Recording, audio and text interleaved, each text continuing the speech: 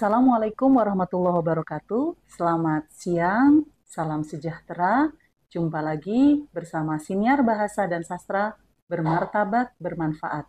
Bersama saya, Ibu Nurseha Widya Basa Ahli Muda Kantor Bahasa Provinsi Banten.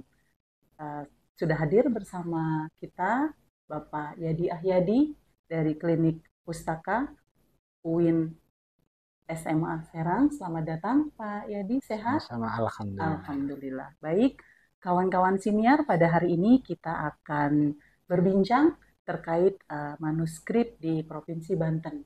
Baik, sebelumnya kami akan perkenalkan dulu Bapak Yadi Ahyadi, biasa disapa dengan Abah Yadi. Abah ya, Yadi, Pak ya? ya. Oke, baik. Abah Yadi adalah salah seorang pelestari naskah atau manuskrip dan bergelut di bidang manuskrip di Provinsi Banten. Beliau juga pendiri dari komunitas klinik pusaka, Abah ya. Oke, baik. Baik, ada beberapa yang bisa kita diskusikan, Abah. Yang pertama, karena pembicaraan kita pada hari ini adalah terkait manuskrip, mungkin kawan-kawan di sini masih ada yang belum paham, belum tahu manuskrip itu apa sih, Bah? Gitu. Dan seperti apa tulisan-tulisan itu atau naskah-naskah itu disebut sebagai manuskrip? Ya, manuskrip itu adalah catatan orang-orang terdahulu, baik itu catatan harian maupun catatan keilmuan ataupun juga catatan perjalanan. Jadi manuskrip yang ada di Banten itu relatif yang tersimpan hampir rata-rata yang sekarang tersisa itu catatan keilmuan. Jadi catatan keagamaan. Kalaupun ada catatan tentang sejarah itu kurang lebih persentasenya itu kurang lebih 10%. Jadi catatannya sejarah yang menggunakan aksara pegon, aksara Arab berbahasa Jawa atau berbahasa Sunda, dan juga ada aksara Hanacaraka berbahasa Jawa. Itu yang manuskrip. Baik, tadi Abah menjelaskan tentang aksara ya. Kalau boleh tahu nih, Bah, aksara apa saja yang digunakan pada manuskrip-manuskrip di Provinsi Banten yang selama ini menjadi kajian Abah? Aksara itu kalau kita melihat dari sekian dokumen manuskrip lokal, itu ada 3 aksara. Jadi ada aksara Jawi atau aksara pegon, aksara Arab berbahasa daerah, ada juga aksara Hanacaraka, ada juga aksara Latin. Cuman dokumen aksara Latin ini relatif di fase abad ke-19 lebih banyaknya. Itu semua ditulis tangan ya, Bah ya? Tulis tangan semua. Tulis tangan semua. Maka dia bisa disebut sebagai manuskrip gitu ya, Bah. Nah, selama Abah bergelut di bidang manuskrip khususnya di Provinsi Banten, kira-kira apa sih keistimewaan atau perbedaan yang sangat menarik sehingga manuskrip Banten itu layak untuk dirawat, dilestarikan oleh khususnya generasi muda ya. Mungkin kalau misalnya generasi terdahulu sangat menyukai itu mungkin sangat wajar, tapi untuk generasi muda apa sih yang menarik dan itu menjadi satu perbedaan dari manuskrip Banten dan manuskrip lainnya di Indonesia? Jadi manuskrip itu adalah sumber ilmu. Sumber ilmu dari masa ke masa. Karena setiap masa pasti akan menulis dan akan mencatatnya dari periode ke periode tertentu. Sehingga hari ini ketika Banten dianggap oleh sebagian masyarakat kita kehilangan sumber dan dokumen, baik itu dokumen keilmuan maupun dokumen kebudayaan, itu justru tertulis di manuskrip. Kenapa generasi muda tidak mampu melihat dan membaca manuskrip itu? Karena pertama kita aksara juga udah nggak diajarkan di sekolah, hanya kalangan pesantren yang masih mengajarkan. Terus yang kedua kita hampir rata-rata dokumen-dokumen itu dirahasiakan, disilentkan sehingga masyarakat luas itu tidak bisa untuk bisa membaca secara bijak gitu. Karena sebagian masyarakat manuskrip ini dimitoskan. Jadi pusaka, jadi punya yang menakutkan, yang harus di ritual-ritual tertentu, sehingga akhirnya putus generasi, isinya tentang keilmuan, isinya tentang macam-macam. Karena manuskrip ini tidak dibuka di publik dan pemerintah daerah juga responnya masih belum bagus untuk melacak pendokumentasian manuskrip ini untuk disimpan di tempat tertentu. agar generasi yang akan datang ini memahami pengetahuan orang-orang terdahulu kita. Bagaimana sebaran Islam, bagaimana pengetahuan yang lain, teknologi tradisionalnya bagaimana, terus kan itu ada di dokumen itu, ada dokumen manuskrip. Karena manuskrip itu seperti halnya sekarang kita membaca buku gitu. Nah, buku-buku itu hari ini di Banten yang penerbit tentang Banten aja kurang. Nah, sementara dulu di zaman kerajaan, di zaman kesultanan itu dianggap bahwa Banten itu rajanya penerbit. Tapi sisa-sisa tinggalan budayanya itu nggak ada, gitu. Nggak ada. Baik. Jadi kehilangan ya, Pak? Kehilangan jejak ya. Kehilangan jejak. Nah, selama ini kira-kira apa yang paling menarik dari kandungan manuskrip yang jadi bahan kajian Abang, khususnya di Klinik Pusaka ini, yang itu sebenarnya bisa menjadi bahan, entah itu bahan kajian atau bahan penelitian, dan bahan yang sebenarnya bisa dilempar ke pasar, ini sangat menarik, khususnya untuk generasi muda, dan itu bisa membuat manuskrip itu menjadi satu bahan yang bisa menjadi kawan untuk generasi-generasi muda dan tidak menakutkan seperti yang tadi diceritakan oleh Abang.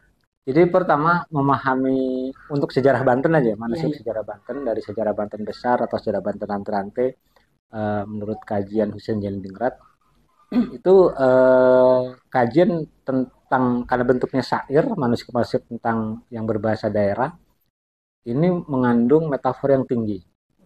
Jadi ketika kita membaca teksnya dan menerjemahkan secara teks, itu maksud dan tujuan apa di dalam teks itu berbeda, alur ceritanya. Contoh di akeh di dalam manuskrip itu yang gede nih, sejarah Banten besar,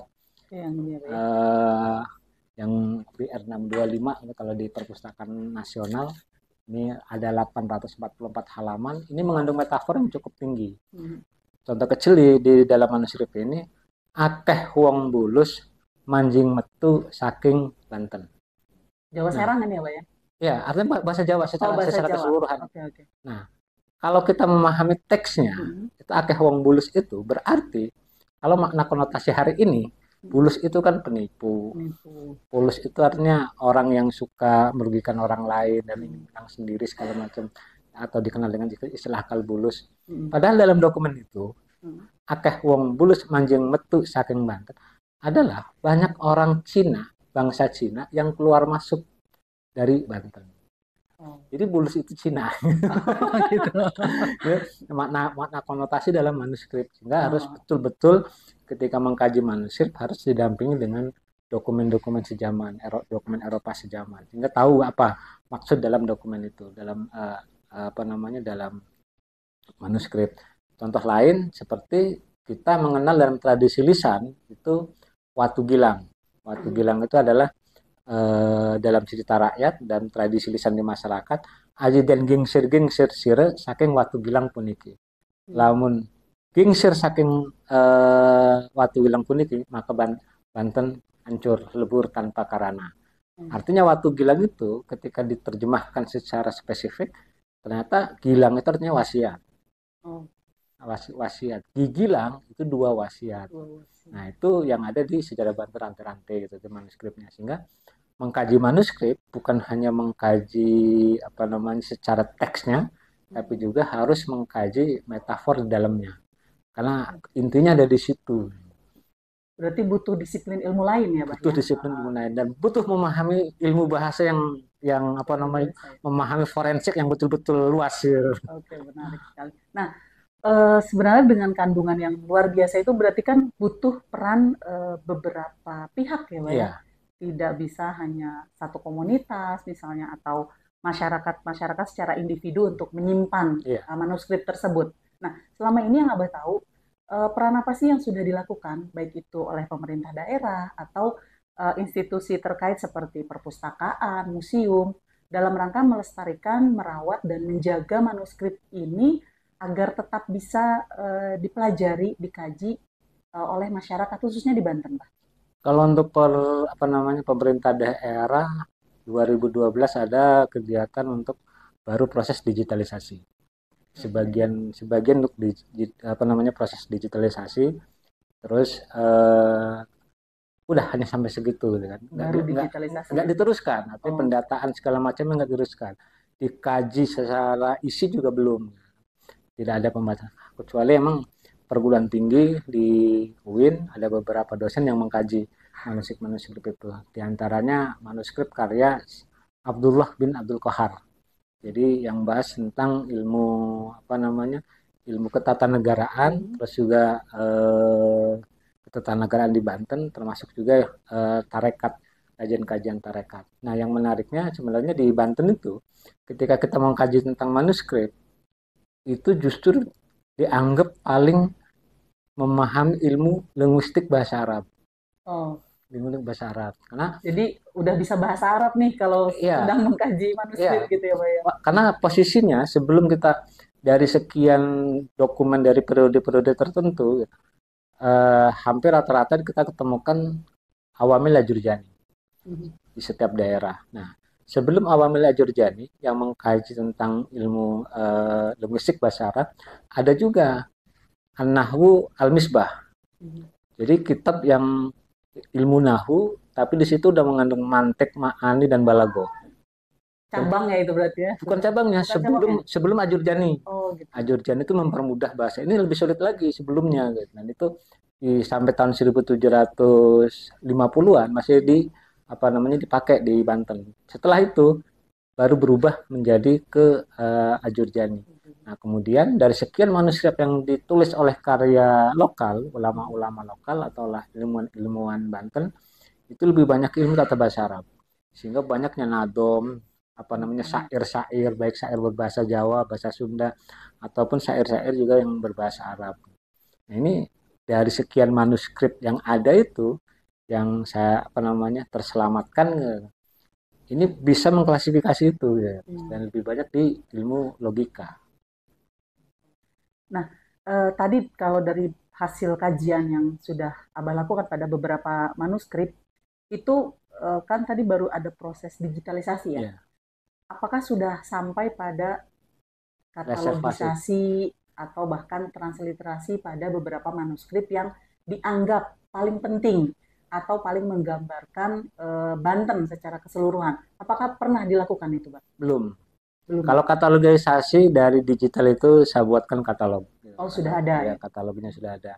Bahkan juga kemarin bulan Februari saya melakukan reservasinya. Dan itu emang satu manuskrip juga harganya cukup fantastis. Satu manuskrip setebal ini, satu manuskrip itu hampir 800 juta, 600 sampai 800 juta. Dibeli itu, Pak? Bukan dibeli, diperbaiki. Diperbaiki. Supaya bisa bertahan 100 tahun kemudian dari dari kerapuhan. Dan itu harus menggunakan tisu Jepang. Nah, tisu Jepang ini harganya lumayan per 50 meternya. 80 jutaan. Fumigasi bukan, Mbak? Fumigasi atau bukan itu? Bukan, jadi posisi laminasi. Laminasi, lemnya harus buat sendiri. Lemnya sendiri. Terus pembersihan ini segala macamnya, sehingga itu untuk 100 tahun yang akan datang ketika sudah dilakukan perbaikan itu aman. Aman bagi pemegangnya, aman bagi pembacanya. Baik, menarik. Mungkin kalau kita mau mau sandingkan dengan tugas dan fungsi kantor bahasa Provinsi Banten, ada beberapa hal yang tiba-tiba terlewat dari saya, bahwa sebenarnya dari manuskrip itu kita bisa mengambil kosakata ya, Mbak ya, kosakata yang arkais yang bisa jadi sudah tidak digunakan. Nah, kalau boleh tahu cara apa yang bisa kita lakukan dalam rangka mengeluarkan kosakata tersebut minimal menjadi bahan kosakata yang bisa kita ajukan dalam Kamus Besar Bahasa Indonesia, Mbak? Dari saya yang terlibat dengan kantor bahasa, ketika pelacakan atau pendataan kosakata, dari mulai sengaja saya buat sedikit agak mengkerucut dari kuliner, ritus, terus arsitektur dan pengetahuan tradisional, kemaritiman, yang terakhir kemarin pertanian gitu. Nah, itu untuk mempermudah kita melakukan dialog dengan masyarakat. Karena dari kosakata yang ada dalam manuskrip itu justru kita tahu makna yang dipakai oleh masyarakat hari ini, makna dasarnya apa, makna konotasinya apa, itu akan ketahuan dari manuskrip. Artinya manuskrip itu sebagai apa namanya forensik kosakata yang berkembang di masyarakat hari ini. Sehingga ketika perdebatan-perdebatan untuk apa namanya pembuatan istilah setiap kosakata lebih mudah untuk proses menjelaskannya. Nah, kosakata itu yang terdapat di manuskrip atau yang terdapat di masyarakat, ini kosakata asli atau asupan dari bangsa lain, Serapan misalnya ya, serapan. serapan itu. Nah, karena di manuskrip juga sama kan, Oh, gitu. posisinya sama di manuskrip juga. Ini serapan dari bahasa apa? Karena dari bahasa Cina, dari bahasa Arab, dari bahasa Melayu, termasuk juga Jepang, belum lagi bahasa Jawa, bahasa Sunda, bahasa Sundanya, belum bahasa Aceh gitu kan. Dari seluruh bangsa itu pernah hidup di Banten. Nah, kenapa kemudian saya lakukan di fase di setiap titik berbeda-beda. Eh, Seperti kayak di pelacakan di Keragilan dengan yang di Bojonegara, itu akan ketahuan migrasi ini suku bangsa dari mana, Oh, akan ketahuan gitu, migrasinya di tahun berapa. Nanti baru kita apa namanya sinkronkan dengan dokumen-dokumen migrasi. Karena ketika saya proses menerjemahkan manuskrip pun itu saya apa namanya membaca kamus bahasa Jawa, bahasa Sunda, bahasa Melayu yang terbit tahun 1821. Karena kamus itulah yang saya anggap lebih tua. mendekati ya Pak, Mendekati gitu, mendekati ke memahami manuskrip, memahami apa manuskrip namanya tadi ya. manuskrip itu gitu. Wah, menarik sekali nih.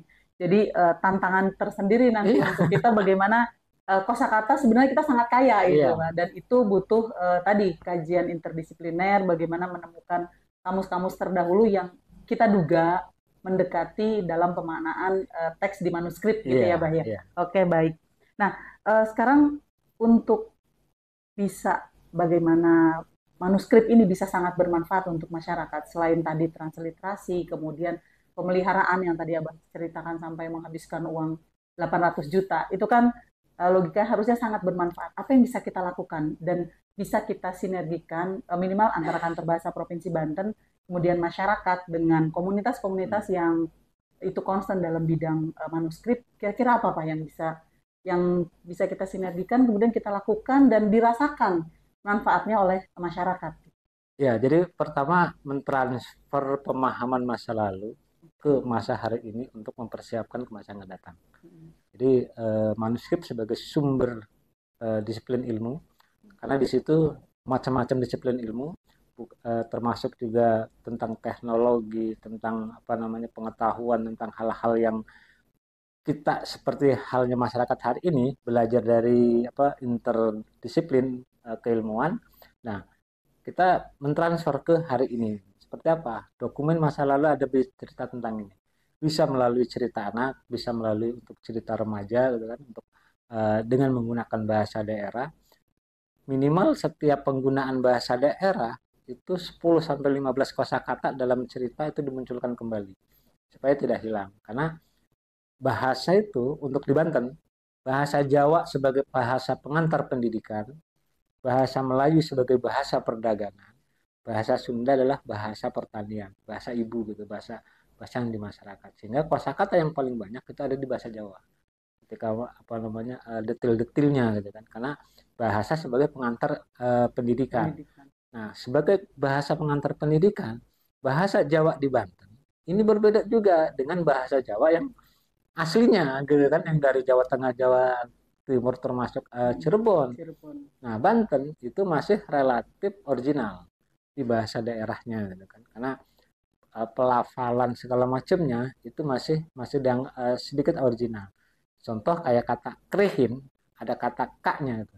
Ada kaknya. Sementara di Jawa Tengah Jawa Timur itu sudah nggak ada.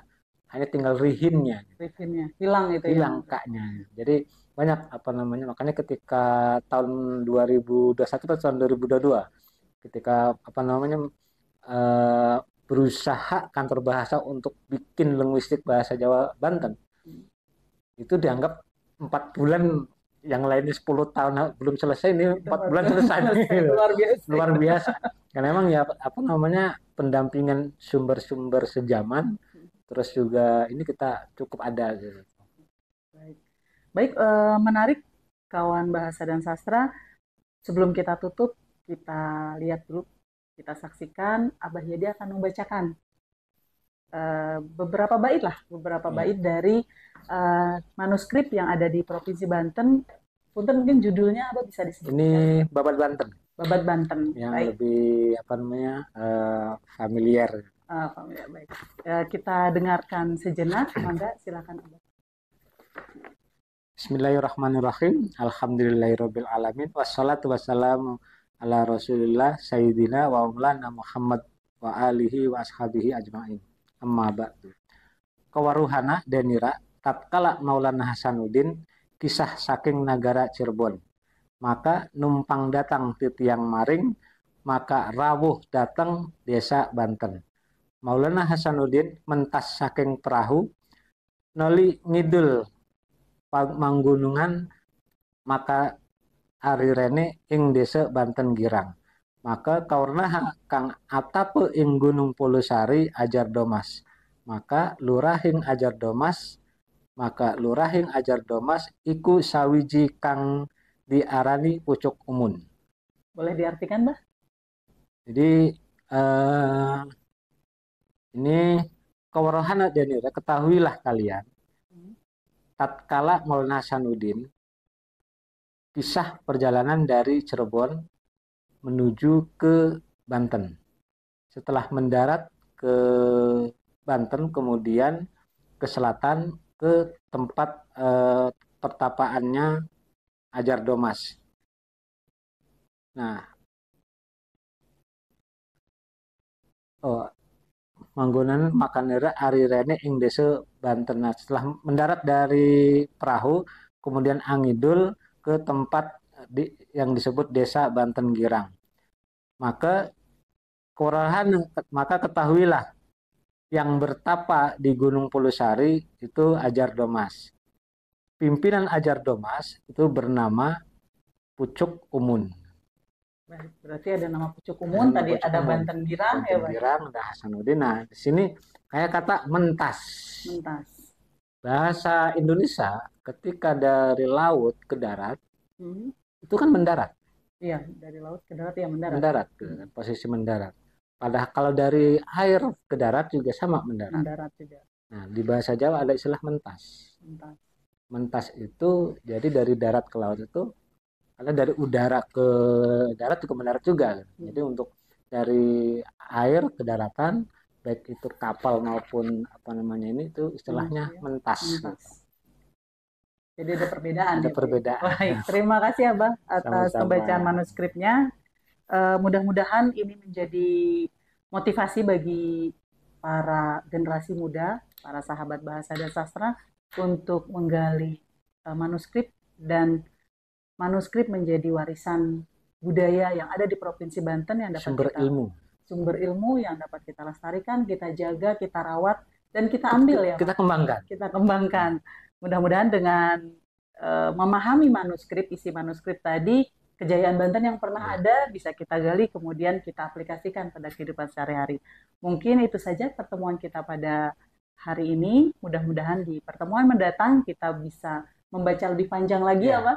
Kemudian ada pengajaran mungkin nanti sedikit ya Pak, bagaimana cara membaca manuskrip, baik itu yang Arab Pegon tadi ya Pak, kemudian ada yang Anacaraka dan yang Melayu, dan itu bisa jadi tidak semua orang yang katanya memahami bahasa Arab bisa membaca juga manuskrip ini. Jadi di lain waktu kita akan susun kembali siniar ini terkait pengajaran atau cara membaca manuskrip. Terima kasih, mohon maaf jika ada hilaf dan salah kata. Billahi taufiq wal hidayah. Assalamualaikum warahmatullahi wabarakatuh.